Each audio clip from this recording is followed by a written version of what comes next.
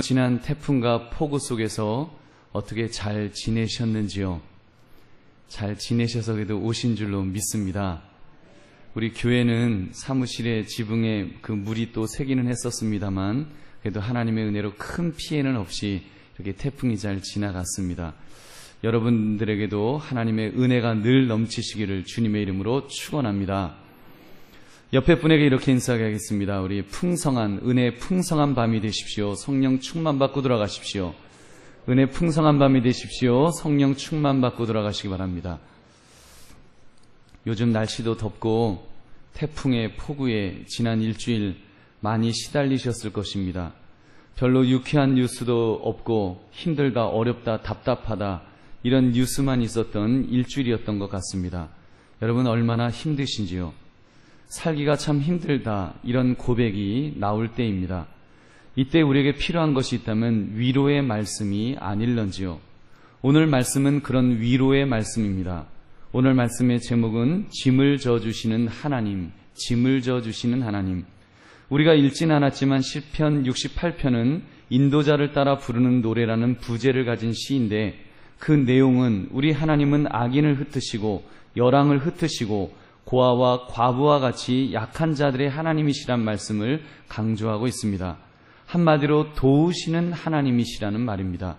오늘 말씀의 제목처럼 짐을 져주시는 하나님이라는 관점에서 우리가 말씀을 살펴보려고 합니다.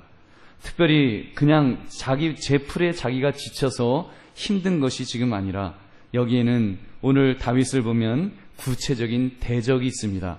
시편 기자 다윗을 비난하고 헐뜯고 음해하고 공격하는 때리는 구체적인 대적들이 있습니다. 그런 대적이 으르렁거리면서 이빨을 드러낼 때 시편 기자의 입장에서 얼마나 힘들었겠습니까? 어깨에 힘이 쭉 빠지고 다리가 후들거리면서 기운을 차릴 수 없는 지경에 이르지 않았을까요? 여러분 그런 속에서도 지금 다윗이 경험한 하나님, 짐을 져주시는 하나님, 대적 앞에서 으르렁거리는 대적 앞에서도 짐을 져주시는 하나님을 그가 체험하고 발견한 것처럼 여러분 그 하나님을 통해 이 밤에 은혜 받으시는 저와 여러분 되시기를 주님의 이름으로 축원합니다. 제일 먼저 살필 것은 말씀의 제목처럼 하나님께서 어떻게 그의 짐을 져주셨는가를 우리가 살펴볼 수 있습니다. 우리 19절의 말씀 함께 읽겠습니다. 시작. 날마다 우리의 짐을 지시는 주 곧 우리의 구원이신 하나님을 찬송할지로다. 아멘. 우리의 짐을 지시는 하나님이라고 말하고 있습니다. 여러분 어떻습니까? 의아하지 않으십니까? 하나님께서 우리에게 짐을 지우시지 언제 하나님이 우리의 짐을 대신 져주셨습니까? 우리가 살아가다 보면 하나님께서 우리에게 무거운 짐을 지우시는 것처럼 느껴질 때가 아마 굉장히 많을 것입니다. 어떠한 때입니까? 인생을 살다가 원수를 만났을 때 원수들이 우리의 머리를 짓밟으려고 할 때 우리는 원망합니다. 하나님은 어째서 원수들이 나의 머리를 짓밟도록 내버려 두시는 것입니까? 내가 그런 일을 당할 정도로 잘못한 것이 없는데 왜 이런 억울한 일을 만나게 하시느냐고 우리는 원망할 것입니다. 한마디로 하나님이 나를 내팽겨 두셨다는 그런 느낌을 가질 때가 있습니다. 사랑하는 성도들이요, 그렇지 않습니다. 우리 하나님은 하나님의 자녀가 원수들에 의하여 지지밟혀 지질이 고생하기를 원하시는 분이 아니십니다. 그런 분이 아니십니다. 무슨 이유가 있으실 것입니다. 하나님의 백성인 내가 너무 교만에 빠져서 좀 길을 꺾으시고 겸손하게 만드시기를 원하시거나 하나님의 백성인 내가 하나님을 의지하지 않고 자기 힘만을 의지하고 세상 권력, 사람 권력을 의지하려 하니까 하나님 의지하는 법 배우라고 그런 연단의 시간을 주실 수는 있습니다. 여러분, 그러나 그것이 손해나는 일이 아니고 우리가 죽도록 만드는, 우리를 죽이시려는 하나님의 저주가 아니라는 것입니다. 로마서 8장 28절은 이렇게 말씀합니다. 우리가 알거니와 하나님을 사랑하는 자, 곧 그의 뜻대로 부르심을 입은 자들에게는 모든 것이 합력하여 선을 이루느니라. 여러분, 합력하여 선을 이룰 것입니다. 지금 대적 앞에 내가 고통받는 시간을 가지는 분이 계신다 할지라도 혹시 그 정도의 어려움이 여러분에게 있다고 할지라도 여러분 합력하여 선을 이루실 줄 믿으시기 바랍니다. 여러분, 이 얼마나 이것이 귀한 말씀입니까? 하나님께서 어느 정도로 왜 선을 이루게 되는가 하면 하나님은 우리의 편이 되어주시기 때문입니다. 오늘 본문은 기가 막힌 말씀을 해주고 계세요. 21절을 보니까 그의 원수들의 머리 곧 죄를 짓고 다니는 자의 정수리는 하나님이 쳐서 깨뜨리시로다. 정수리가 어디입니까? 여기 머리 꼭대기에 있는 급소 아닙니까? 그곳을 쳐서 깨뜨리신다는 겁니다. 그 정수리가 깨지면 그 자리에서 즉사합니다. 즉 즉사시키겠다는 그런 말씀을 하셨습니다. 22절부터 23절을 보시면 대적들이 어디에 있든지 그들을 적발하시고 그들을 초토화시키실 것이라고 약속하십니다. 우리 22절 23절 말씀 함께 읽어보겠습니다. 시작. 주께서 말씀하시기를 내가 그들을 바산에서 돌아오게 하며 바다 깊은 곳에서 도로 나오게 하고 내가 그들을 심히 치고 그들의 피에 내 발을 잠그게 하며 내 집의 개의 혀로 내 원수들에게서 제 분깃을 얻게 하리라 하시도다. 아멘. 여러분, 이 바산이라고 하는 것은 가나안 사람들이 외세의 침략을 받을 때마다 이렇게 피하였던 피란처입니다. 즉 피하여 도망할 곳이 없도록 만드시겠다고 하는 것입니다. 어느 정도냐? 바닷속 깊은 곳에서도 도로 나오게 하신대요. 바닷속 깊은 곳에 숨어 있는데 몸이 둥둥둥둥 떠갖고 숨기지를 못하고 나오는 것입니다. 또 하나님께서 그들을 심하게 치셔서 그들의 피가 홍건해져서 발에 잠기게 하시고 개들이 그들을 핥아 먹도록 하시겠다고 하셨습니다. 여러분, 이 말씀을 읽으시면서 어떤 생각이 드십니까? 얼마나 우리 하나님이 무서운 분인가를 우리가 깨닫게 되지 않는지요. 우리 하나님이 우리를 향해서는 그렇게 인자하신데 우리의 대적을 향해서는 이렇게 무섭게 하신다니 여러분, 얼마나 겁이 납니까? 여러분, 우리가 진정 이렇게 원수를 갚아주신 하나님을 믿을진데 아무리 억울한 일을 만난다 할지라도 속상할 일이 있을까요? 여러분, 없을 것입니다. 물론 화가 나겠지요. 그러나 진정 하나님을 믿는다면, 하나님의 말씀만을 믿는다면 오히려 우리의 원수를 걱정해 주어야 하지 않겠습니까? 히브리서 10장 30절 보십시오. 원수 갚는 것이 내게 있으니 내가 갚으리라. 하나님이 그렇게 말씀하셨어요. 여러분, 억울한 일을 당하셨을 때 얼마나 화가 나셨겠습니까? 그런데 오늘 시편 기자는 하나님께서 원수를 갚아주신다라고 말씀합니다. 원수를 갚아주시는데 아주 통쾌하게, 통쾌를 넘어서 섬뜩할 정도로 갚아주신다라고 말씀하는 것입니다. 여러분, 이 말씀을 가지고 나에게 한번 이렇게 적용해 보십시오. 우리의 마음을 누그러뜨릴 수 있기를 바랍니다. 여러분, 혹시라도 원수가 없으시겠지만 혹시라도 그런 억울한 일을 만난 분이 혹시라도 이 중에 계신다면 여러분의 마음을 누그러뜨리십시오. 하나님이 이 정도로 무섭게 나의 짐을 져주시는 분이심을 안다면 우리는 우리의 대적에 대하여 오히려 긍휼한 마음을 가질 수 있어야 합니다. 여러분, 생각해 보십시오. 나도 하나님과 원수지간이었던 적이 있지 않았는가요? 내가 하나님과 원수되었을 때 하나님은 바로 나를 위해서 십자가에서 아들을 죽이시기까지 그렇게 사랑하셨습니다. 죄를 용서해 주셨습니다. 그렇다면 그런 하나님이 이제는 내 편이 되어 주셔서 이제는 나의 원수를 갚아주신대요. 여러분, 얼마나 무서운 일입니까? 그러면 내 원수가 어떻게 되겠어요? 큰일 나는 일입니다. 그러므로 여러분, 오히려 하나님의 백성들은 첫째, 원수질 일이 없어야 되지만요, 혹시라도 억울한 일을 만난다고 할지라도 오히려 그 사람을 긍휼히 여기고 그 사람을 불쌍히 여기고 그를 위하여 기도해 줄 수 있는 그런 여유를 가지시기를 주님의 이름으로 축원합니다. 얼마나 여유 있는 거예요. 여러분, 하나님이 나의 짐을 져주시는 분이시라는 것을 믿는다면 여러분, 그런 원수 맺는 일이 있다고 할지라도 우리가 오히려 그 원수를 위하여 기도해 줄 수 있는, 긍휼을 베풀어 줄 수 있는 은혜 넘치는 저와 여러분 되시기를 주님의 이름으로 축원합니다. 여러분, 이 정도의 기도를 할 수 있는 사람, 이 정도로 하나님을 나의 하나님으로 믿고 사는 사람, 그렇게 하나님만을 의지하며 인생의 짐을 다 맡기고 살아가시는 그런 저와 여러분 되시기를 다시 한번 주의 이름으로 축원합니다. 사랑하는 성도님들, 우리가 하나님을 향하여 하나님께서 나의 인생의 무거운 짐을 다 져주신다는 것을 믿는다면 여러분, 우리가 그 하나님 앞에 나올 때 어떤 마음으로 나와야 할까요? 여러분, 여러분에게 뭐 원수 있다는 이야기 아닙니다. 그러나 적어도 그 정도로 나의 편이 되어주시고 원수까지 갚아주시는 내 편이 되어주시는 하나님이 있다는 것을 믿는다면 그 하나님 앞에 나오는 이 예배의 자리, 이 자리에 어떤 마음으로 나와야 하겠느냐는 말입니다. 어떤 마음으로 나오셨습니까? 여러분, 혹시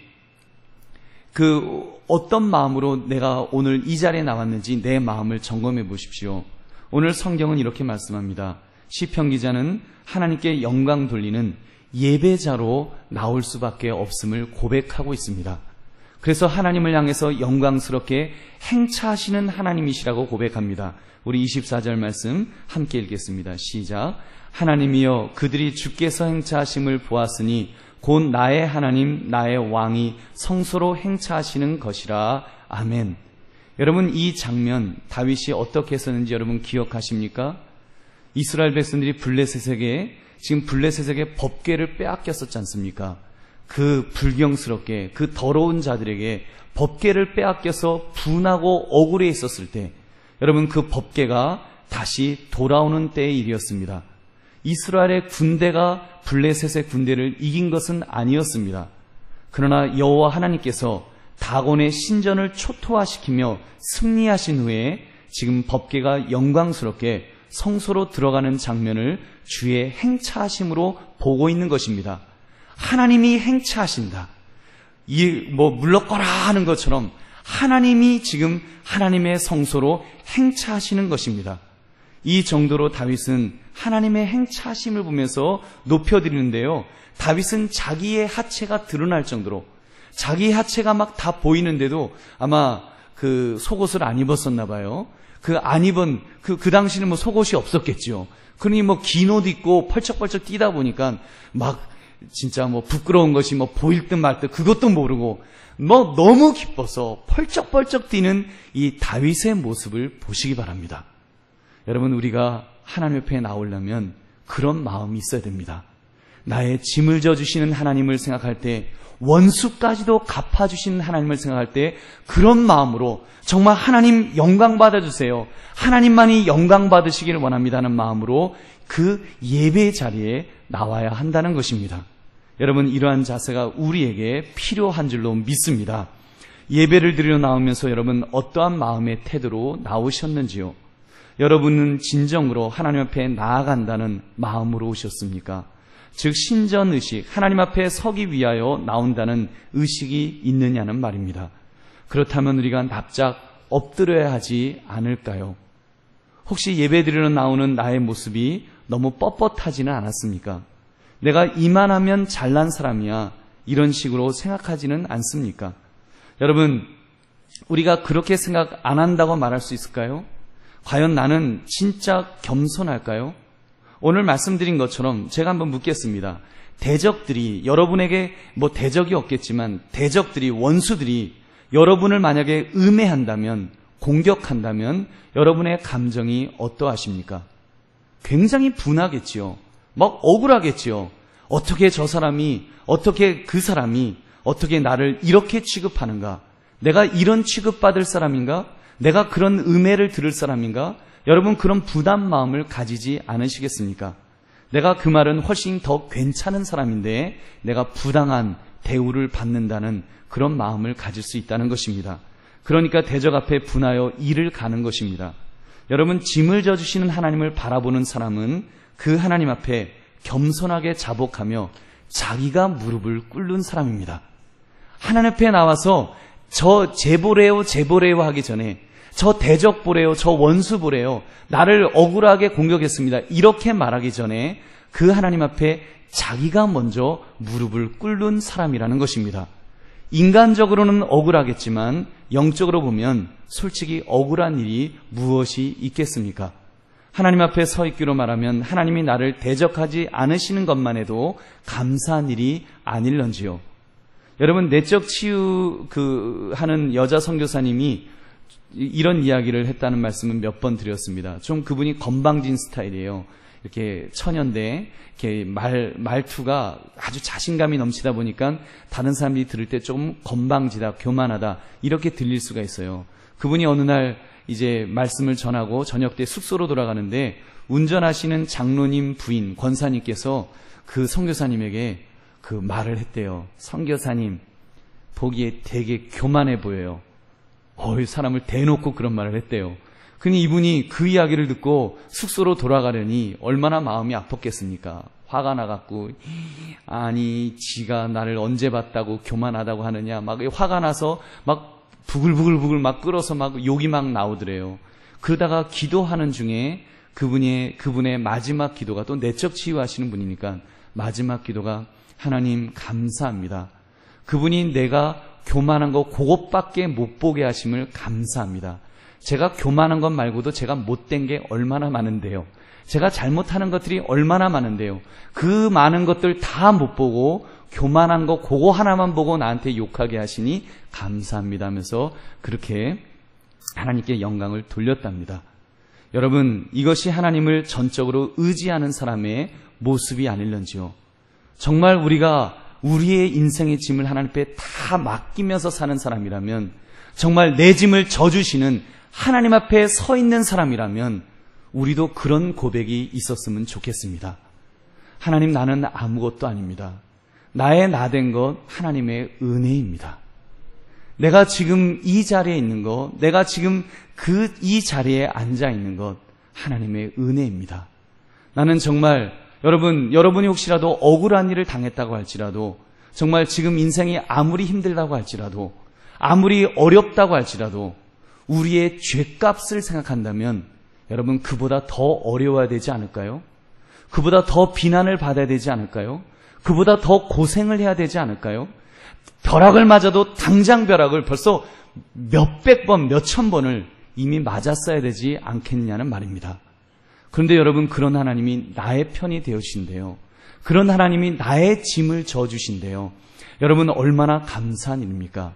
여러분, 우리가 주님 앞에 나와서 그 하나님께 하나님을 높여드리고 하나님을 인정해드리면서 하나님께 영광 돌리는 저와 여러분 되시기를 주님의 이름으로 축원합니다.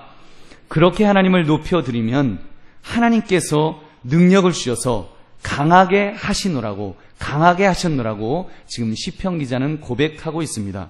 28절을 보니까 우리 28절 말씀 함께 읽겠습니다. 시작. 내 하나님이 너의 힘을 명령하셨도다. 하나님이여 우리를 위하여 행하신 것을 견고하게 하소서. 아멘. 너의 힘을 명령하셨도다. 이 명령하셨다는 말은 권세를 주셨다는 말씀입니다. 전투에서 승리할 수 있도록, 왕국을 더욱 안정되도록 그 다윗에게 권세를 주셨다는 것입니다. 그래서 실제로 어떤 일이 일어났는가 하면 갈밭의 들짐승과 애구방을 가리키고 있습니다.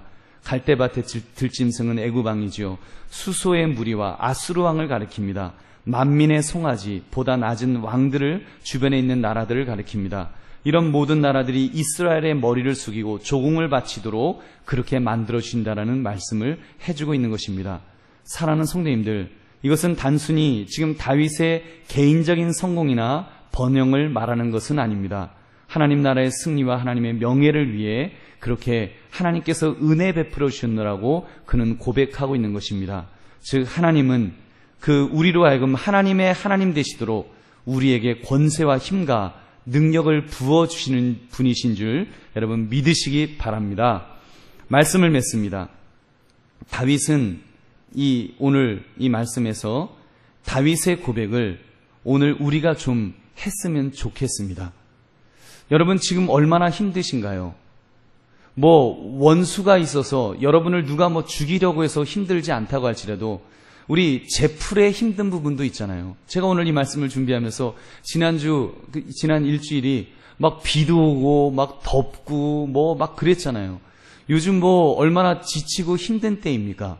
이렇게 힘들고 어려운 때에 여러분, 오늘 이 말씀처럼 나의 짐을 져주시는 하나님, 나의 짐을 져주시는 하나님을 한번 기억하자는 것입니다. 나의 짐을 져주시는 하나님, 성소로 행차하시는 영광받기에 합당하신 하나님, 나에게 힘을 주시며 견고하게 세워주시는 권세 주시는 하나님, 그 하나님을 인정하고 바라보고 그분만을 붙들었으면 좋겠습니다. 여러분, 이 밤에 이 기도의 자리에 나오시면서 우리 이 하나님 앞에 나온다가는 이 의식 속에 우리가 주님 앞에 겸손하게 이렇게 앉아 있었으면 좋겠습니다. 우리 어줍지 않은 것 갖고 자랑하지 맙시다. 나의 가진 것, 나의 나된 것, 내 것 아무것도 없습니다. 사실 하나님이 은혜 주시지 않았으셨으면 우리는 아무것도 아닙니다. 우리의 대적 원수들, 그들이 아무리 여러분을 괴롭혀도 사실은 나의 지은 죄를 생각하면, 여러분이 지은 죄를 생각하면 하나님 앞에 우리가 죄값만큼 벌을 받는다면 그것 아무것도 아닐 것입니다. 우리가 아무리 억울해도, 우리가 아무리 지금 고생스러워도, 지금 아무리 어떤 고난, 어떤 고통 속에 있는다고 할지라도, 정말 세상이 다 나를 등졌다라고 말할 수 있을 정도로 그렇게 힘든 지경에 있다고 할지라도, 왜 내 인생은 이렇게 고생스러운 일만 있느냐고 우리가 탄식할 그런 입장에 있다고 할지라도, 여러분, 우리의 죄값을 생각한다면 우리 호강하는 줄 믿으시기 바랍니다. 우리 호강하는 거예요. 여러분, 하나님이 정말 나의 죄값대로 갚으시기로 말하셨다면 여러분, 우리가 얼마나 무서운 지경에 들어가야 되겠습니까? 근데 하나님은요, 우리를 사랑하시고 오히려 우리의 짐을 져주신다고 말씀하십니다. 그런 나의 죄는 기억하지 않으시고 대신 원수를 갚아주시는 하나님이시랍니다. 할렐루야.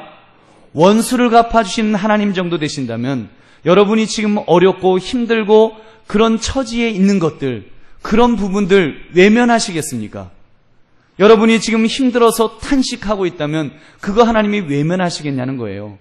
여러분이 지금 인생에 무거운 짐을 지고 있다면 그거를 하나님이 외면하고 계시겠냐는 거예요. 여러분, 외면하지 않으실 줄은 믿습니다. 짐을 져주시는 하나님이시라고 말씀합니다. 우리가 그렇다면 나의 짐을 져주시는 그 하나님 앞에 우리는 분명하게 고백해야 됩니다. 주님, 영광받아 주옵소서. 주님, 나는 감추겠습니다. 나의 자랑 다 감추겠습니다. 난 아무것도 아닙니다. 난 정말이지 마른 막대기만도 못한 존재입니다. 그런 나를 붙들어 주시고 세워주시고 예배의 자리에까지 오게 하시고 더구나 승리를 위한 권세를 주셨으니 얼마나 감사합니까? 여러분, 이 하나님을 바라보시면서 그 하나님 앞에 겸손하게 쓰시면서 그 하나님이 우리에게 짐을 져주시고 그리고 우리에게 공급하시는 그 힘을 받으시기 바랍니다. 이 밤이 그런 밤이 되었으면 좋겠습니다. 하나님은 우리의 짐을 져주실 뿐만 아니라 우리의 원수 갚아주시는 그 정도가 아니라 우리에게 권세를 주신다라고 약속하십니다. 여러분, 지금 힘이 없으십니까? 지금 너무 더워서 이렇게 강아지들이 혀를 쭉 빼듯이 막 기운이 하나도 없으신지요? 지금 그럴 때이잖아요. 지금 얼마나 덥고 힘듭니까? 잠도 잘 안 오잖아요.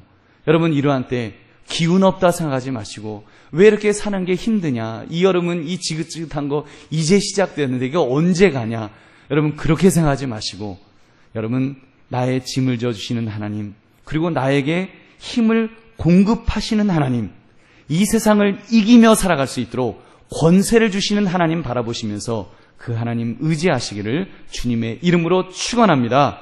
그래서 일어서서 하나님만 바라보며 나아갑시다. 그러므로 늘 승리하시는 저와 여러분 되시기를 주님의 이름으로 축원합니다.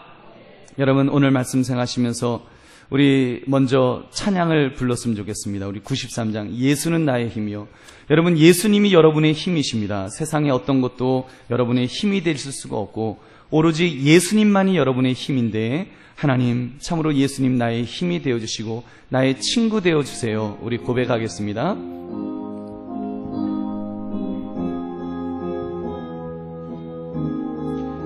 예수는 나의 힘이요 내 생명 되시니, 예수는 나의